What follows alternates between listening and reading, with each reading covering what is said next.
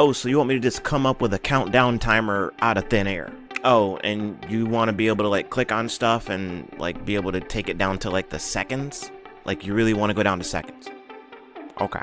And you want me to do it in SharePoint? And I got what, 5 minutes? Okay. Say less. What's up, everybody? We're going to show you how to create a countdown timer in SharePoint. It's super easy. Stick around. I'm a SharePoint expert. Play with data extra. Careful with my hands because I got to use them forward. All right, let's get that timer rolling. Okay, first thing we're going to do is we're going to pop into edit mode. So we smackety smack the edit button. We're in edit mode. Now we're going to look for the web part. We're going to go see all web parts. It's under like news and something down here. There you go, news, countdown, timer, bam, there we go. We go ahead and we add a title. We're gonna say album release, and then we're gonna go ahead and say we're gonna do the settings here. We're gonna go over here. We're gonna say it's gonna be, what's the date? We're gonna say 29th. That's when the album drops, and whatever, 11 a.m. You know, display, yeah. Call to action on. You're gonna say save now, smack the link in there, bam, and then we're going to go ahead and just republish that, and then bam, you did it. Now there's some more things we can do, but we're just trying to, you know, get it in here under the 60 seconds, but we're going to slow it down. We're going to go back and we're going to walk you through. We're going to go through all the settings. We're going to make sure you are a super pro at this so that you can impress your colleagues.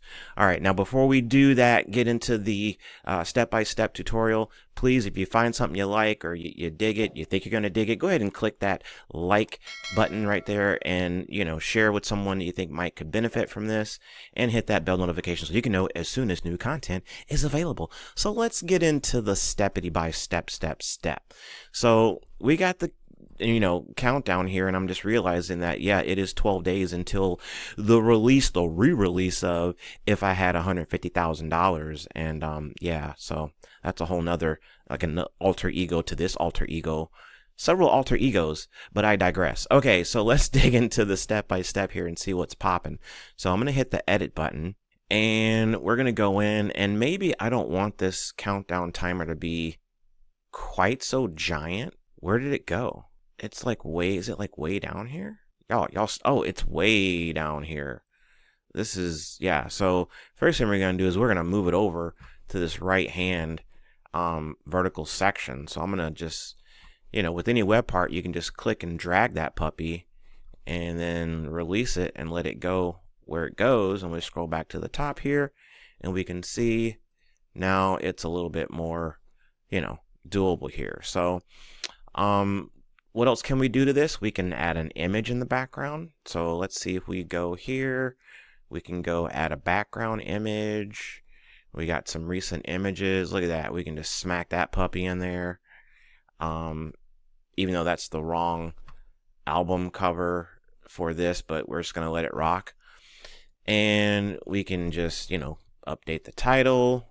We'll say If I Had 150. Oh, look at that, extra characters, 1,000.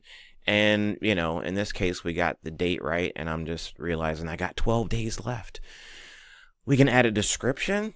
We can say, you know, this is a re-release, because it actually is. And we've got the pre-save now in there. Let's go to the settings or properties and see what else we got going on here. So we've got the date that you can customize.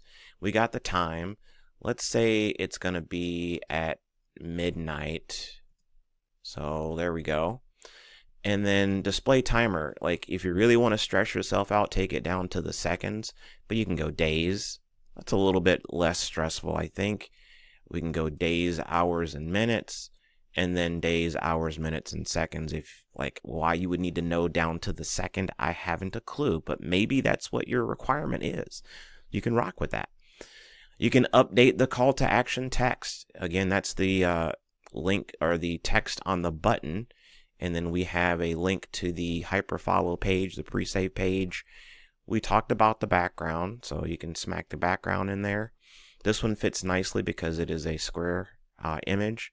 We have the overlay color and then the opacity. Is it opacity? Opacity?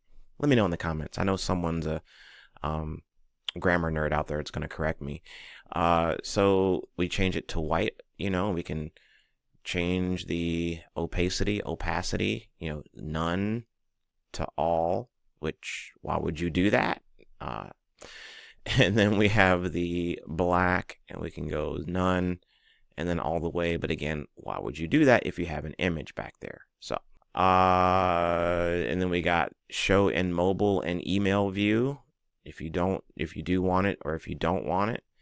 And that really is the gist of that. Let's go ahead and republish this and see how it looks. So there it is. You got it going on, and you can click on pre-save now, and it takes you to the hyperfollow. And you can see how I actually used the wrong album art. That's the correct album art. But again, I digress. So there you go. Hopefully this helps you if you need to add a countdown timer in a pinch. It's already pre-configured there.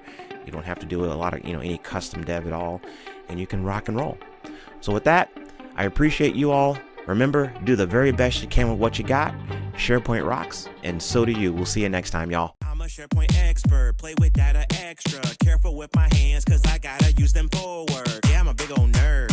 I like maple syrup on my pancakes. I don't care what you heard.